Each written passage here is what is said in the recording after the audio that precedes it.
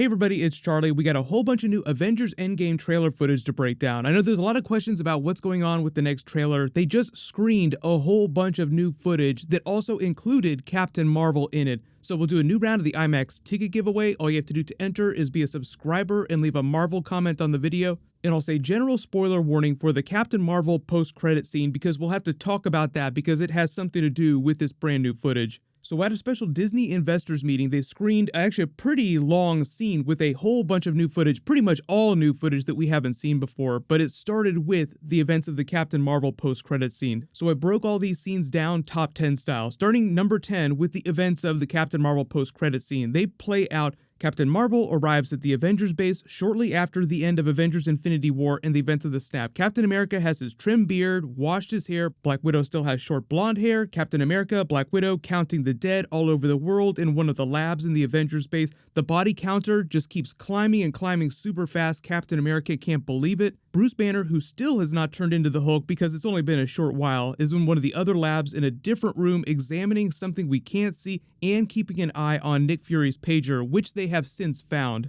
Rhodey comes to get Captain America and Black Widow and says that the pager stopped doing whatever it's doing. They're still confused about what's going on. Captain America says they need to stay on it because it was important to Fury, and the pager has stopped transmitting its signal. Black Widow says she wants them to tell her the minute that they get a signal. She wants to know who Fury was trying to contact. She turns around and predictably, as you would expect, Captain Marvel is just standing there like a ninja, none of them having realized that she's entered the Avengers facility, and says very quietly, "Where's Fury?" Her costume is scuffed up a little bit, her hair's a little bit longer, it's been 20 years, but her powers help her age much more slowly. The reason her shoulder guards look gold in this is because it's just the original costume with the red shoulder guards that have been scuffed off or fallen off during some battle in the intervening years that she's been gone in outer space. A lot of questions about whether or not she was wearing a different costume during Avengers Endgame. The Russo brothers did shoot that Captain Marvel post-credit scene, so it is a scene from Avengers Endgame that they just copy-pasted to the end of the Captain Marvel movie.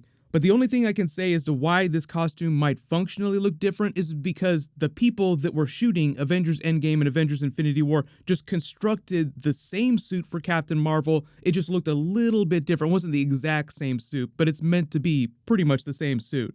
The number 9, next part of the scene, there's a short time jump. Captain Marvel is with them, and she says, "We need to go kill Thanos." Rocket Raccoon is with them in the room, and he says that they saw the single biggest surge of energy ever on Earth when Thanos used the glove to snap everyone out of existence, but then they detected the exact same energy signature on a different planet in the galaxy somewhere else. So it was just them putting 2 and 2 together. Oh, this is where Thanos went when he portaled himself away. Number 8, Nebula and Iron Man have made it back to Earth, but Iron Man and Ant-Man aren't in any of this part of the scene, so presumably they're off working on other stuff. Maybe it has something to do with Ant-Man's quantum technology. While Captain America, Black Widow, Rhodey, Captain Marvel are trying to figure out where Thanos is, continuing to argue, Nebula steps in from the shadows because she's made it back and says, "I know where he is." 7, she goes on to say, while he was perfecting me, making all those changes, every time she lost, she tells that story during Guardians of the Galaxy 2, every time she lost a fight against Gamora, he would modify her to make her quote-unquote stronger and a better fighter.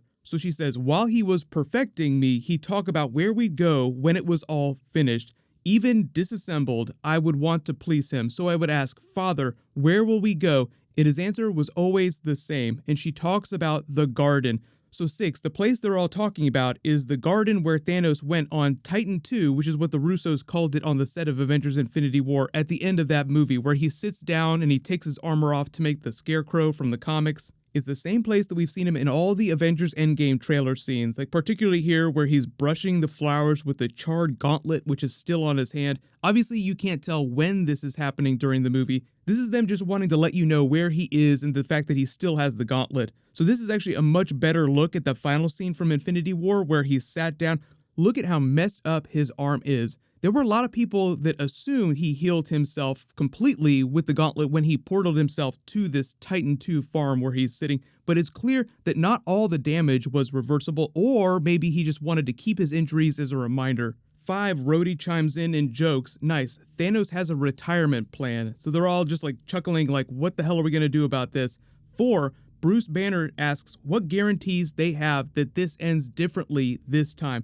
Captain Marvel responds, "You have me this time." We've seen how powerful she is when she's in full binary form at the end of the Captain Marvel movie, so they've gained themselves another tank in their little raid group, which will help, but they don't know how powerful she'll be against Thanos with the full gauntlet. So they're taking a lot of this on faith, because Captain Marvel looks like she could be really powerful, but obviously they just have to take her at her word about what she's capable of doing. 3, Rhodey is sort of the voice of the fandom when he says, "Where was she this whole time?" because they could have used her before. And Captain Marvel responds that a lot of other planets out there need help and they don't have an Avengers team like Earth has.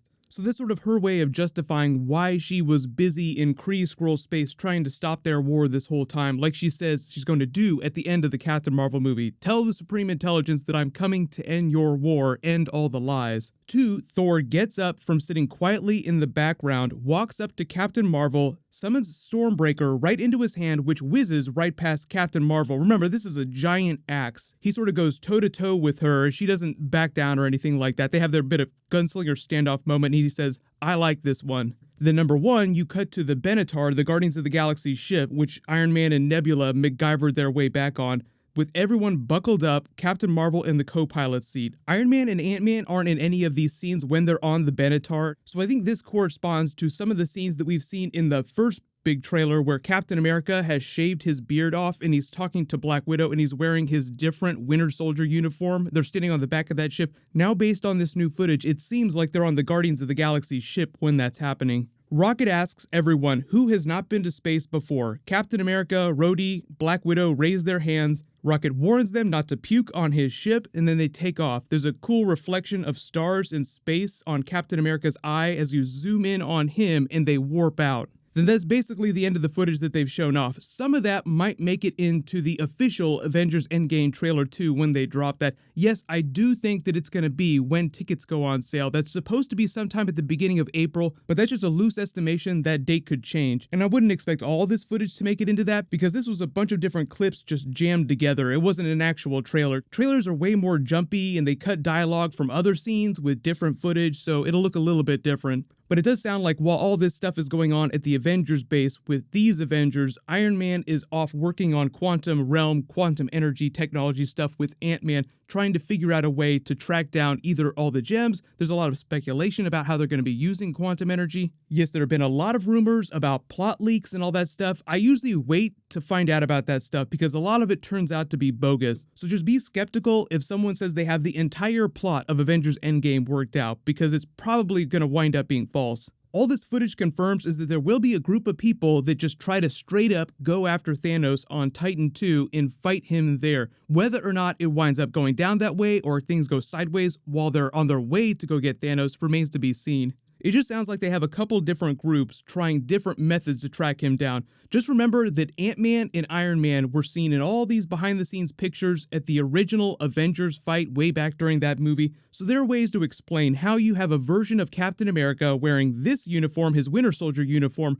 running around with this group of people, but you also have a classic version of him wearing the old Avengers uniform with his old shield walking around with Iron Man, because he also has one of those wrist devices on. So as we get more footage, it only makes the plot seem more complicated and more twisty, but we'll find out when we get that next trailer. Leave all your theories about how these different teams are split up and what they're up to in the comments. None of the footage tells you exactly what it is that Iron Man and Nebula do to change the Benatar to help them get back home, only that they do, and it also implies that when they're outside in the Super Bowl trailer that they released, all looking up at the sky, that's probably the Benatar that's arriving, just because it looks so big and the frame is so wide. There are a lot of people that are wondering how Captain Marvel is able to surprise Black Widow and Captain America, because it doesn't seem like anybody would ever be able to sneak up behind them and surprise them. I think it's mostly just in service of the big twist where, she turns around and you're like, oh my god, it's Captain Marvel and she's with the Avengers, and everybody freaks out in the movie theater during the post-credit scene. In reality, she probably just flew into the Avengers facility and was able to counteract any of their defense mechanisms, whereas Ant-Man is stuck in the van, and unless he's trying to get something specifically, like when he was stealing something from the Avengers base way back during the original Ant-Man movie, he's just going to stand at the door and try to get their attention. Obviously, he could put the suit on and sneak into the Avengers base, but I don't think that they're looking for a moment like that to introduce him to the Avengers, especially in this particular trailer that they released.